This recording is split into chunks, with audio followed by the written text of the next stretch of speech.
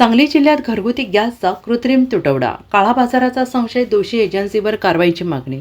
सांगली जिल्ह्यात घरगुती गॅसचा कृत्रिम तुटवडा निर्माण करून सर्वसामान्य ग्राहकांना विनाकारण वेठीस धरण्याचा प्रकार सुरू आहे. अनेक गॅस एजन्सीकडून गॅस संपला, 2000 वेटिंग आहे अशी कारणे देत ग्राहकांना तासनतास रांगेत उभे केले जात असून जादा दराने सिलेंडरचा काळाबाजार होत असल्याच्या तक्रारी वाढत आहेत. या पार्श्वभूमीवर दोषी गॅस एजन्सीवर तात्काळ कठोर कारवाई करून त्यांचे परवाने रद्द करावेत अशी मागणी वंचित बहुजन माथाडी ट्रान्सपोर्ट आणि जनरल कामगार युनियनने केली आहे. या संदर्भात निवासी जिल्हाधिकारी डॉक्टर स्नेहल कनिचे आणि जिल्हा पुरवठा अधिकारी आशिष फुलुके यांना निवेदन देण्यात आले. संघटनेने म्हटलं आहे की अनेक ठिकाणी घरपोच गॅस सेवा नाकारली जात असून अतिरिक्त पैसे घेऊन घरगुती गॅस सिलेंडरचा काळाबाजार केला जात असल्याची चर्चा आहे. त्यामुळे महिला, ज्येष्ठ नागरिक आणि सर्वसामान्य कुटुंबियांना मोठा त्रास सहन करावा लागतो आहे.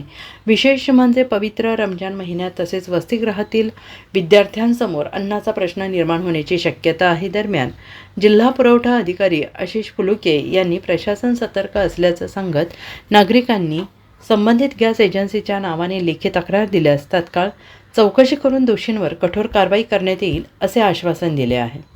Bureau report SBN Marathi, Sangli.